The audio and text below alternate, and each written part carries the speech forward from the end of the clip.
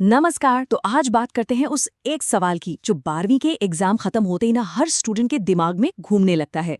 और ये सवाल जिंदगी के सबसे बड़े और कंफ्यूजिंग फैसलों में से एक है। तो चलिए आज कोशिश करते हैं इसे मिलकर सुलझाने की। हाँ, यही वो सवाल है। 12th के बाद आखिर करें तो क्या करें? इस मोड़ पर आकर ना ज्यादातर स्टूडेंट्स को लगता है कि वो किसी चौराहे पर खड़े हैं। कोई रिश्तेदार कहता है बेटा इंजीनियरिंग कर लो, दोस्त कहते हैं चल सरकारी नौकरी की तैयारी करते हैं, और कोई तो बिजनेस की ही सलाह दे देता है। मतलब चारों तरफ से इतनी सलाहें आती हैं कि समझ ही नहीं आता कि कौन सा रास्ता सच में अपनी मंजिल तक लेकर जाएगा। और पता है, यहीं पर सबसे पहली और सबसे जरूरी बात समझने वाली है। जो रास्ता किसी एक के लिए बेस्ट है, जरूरी नहीं कि वो दूसरे के लिए भी उतना ही अच्छा हो। हर स्टूडेंट अलग है, सबकी पसंद अलग है और सबकी काबिलियत भी अलग-अलग है। इसलिए ये सोचना कि सबके लिए एक ही करियर सही है, ये सबसे बड़ी गलती हो सकती है। अच्छा, तो चलिए शुरुआत करते हैं एक बहुत ही पॉपुलर और कह सकते हैं एक पारंपरिक ऑप्शन से, सरकारी नौकरी। आज भी ये कई लोगों के लिए एक स्टेबल और इज्जत वाली नौकरी का सिंबल है। पर इसके अंदर भी ना कई अलग-अलग रास्ते हैं। अब देखिए, ये जो स्लाइड है ना, ये बताती है कि अलग-अलग मोटिवेशन के लिए अलग-अलग नौकरियां हैं। मतलब अगर किसी को लगता है कि वो समाज में बड़े लेवल पर कोई बदलाव ला सकते हैं, उन्हें पावर और रिस्पेक्ट वाली जॉब अच्छी लगती है, तो वो सिविल सर्विसेज की तैयारी कर सकते हैं। इसके लिए ग्रेजुएशन के बाद यूपीएससी यानी यूनियन पब्लिक सर्विस कमीशन की परीक्षा होती है, जिससे आईएएस आईपीएस जैसे अधिकारी बनते हैं।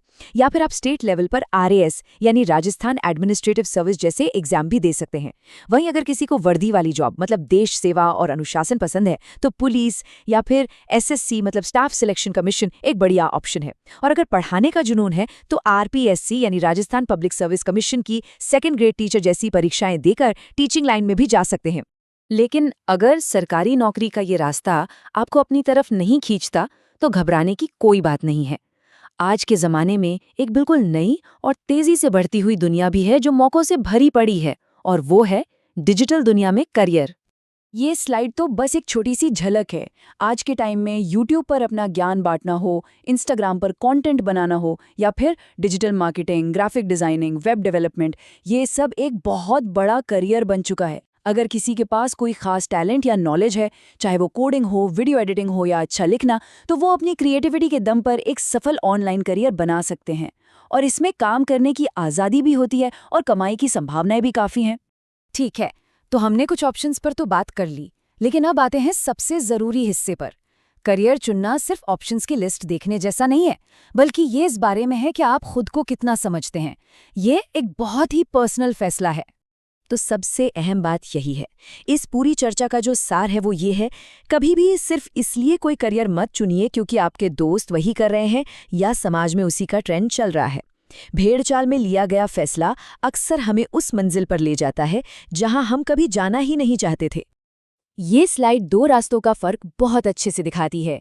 एक है भीड़ का रास्ता, जहां लोग बिना सोचे समझे दूसरों के पीछे चल पड़ते हैं, और दूसरा है आपका अपना रास्ता, जो खुद को समझने, अपनी ताकतों को पहचानने और गहरी सोच विचार के बाद चुना जाता है।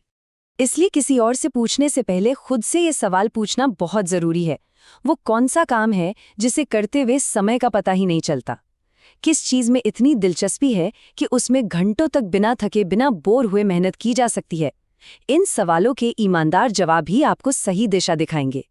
और ये स्लाइड बहुत ही सिंपल तरीके से बताती है कि एक सही करियर असल में होता क्या है। सही करियर वो है जहां आपकी गहरी दिलचस्पी और उस फील्ड का एक अच्छा भविष्य दोनों आकर एक पॉइंट पर मिलते हैं। सिर्फ दिलचस्पी काफी नहीं है अगर उसमें फ्यूचर की संभावनाएं ना हो, और सिर्फ भविष्य देखकर वो काम नहीं किया जा सकता जिसमें मन ही ना लगे। तो आखिर में ये एक सवाल है जिसके बारे में सोचना है, आपकी दिलचस्पी और एक सुनहरा भविष्य, इन दोनों का संगम कहाँ होता है? इस सवाल का जवाब जिस दिन मिल गया, समझिए आपके लिए सबसे बेहतरीन करियर का रास्ता खुल गया।